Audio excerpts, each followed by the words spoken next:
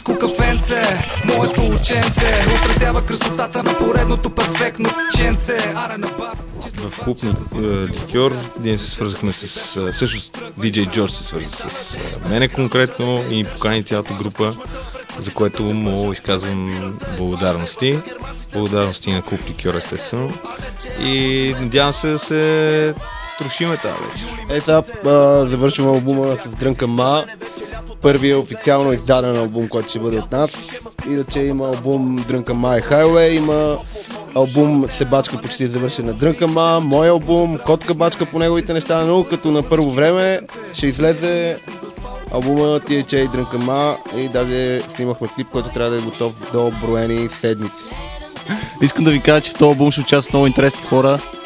Започвам с Лак от Ямбол, защото те са много луди момчета. Бучката от София, DJ Шома. Участва Мишо Шамара, колкото странно да ви звучи, но той се включи в един тежък трак, който ще ви побърка, като го чуете. Аз самия не мога да повярвам как стане този трак. Раптон, Сарафа и Андре, Бедата, Дис, Дено и Сенсей, много ясно, Джем от Зелената камора, Хикс Тим ще участват, Песнята трябва да участва, Стимарата и новия човек, Сър Мартин трябва да участва и естествено нашия човек Единака. Повече няма да пускаме нищо фри. Това е. Ще се издават по различни начини, чрез писания, чрез концерти, както намерим, защото са много албумите, всички ще бъдат по различен начин издадени, мислиме алтернативни варианти, но няма да се фри в интернет. Те ще станат фри веднага след като някой ги получи, но като за начало няма ги пуснем фри.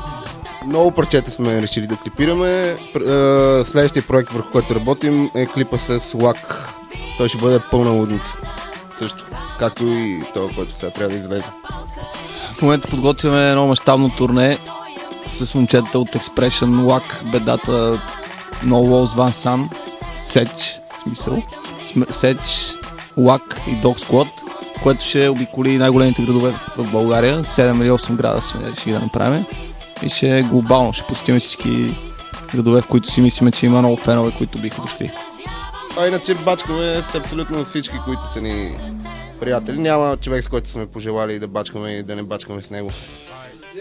Вау, в тези тежки времена на финансова криза ни остава да се забавляваме. На зрителите и слушателите на Жега ще кажа, че първо ще кажа ево на вас, защото е яко, че има поле за изява в някакви радиа, че се подкрепя хип-хопа. Това е много важно нещо. А на всички ще кажа само да се борят, да си гонят целите и да не се предават. Това са най-важните неща в живота и да се забавляват. Бих искал да поздравя всички, които подкрепят хип-хопа БГ и той и не БГ във всичките му форми и просто бих искал да пожелая на всички да мислят позитивно и да бъдат градивни, да се опитат да не мразят по-добрите от тях, а да се опитат да учат от тях. И така, това е от мен. Ево на Soundplane за конкурс.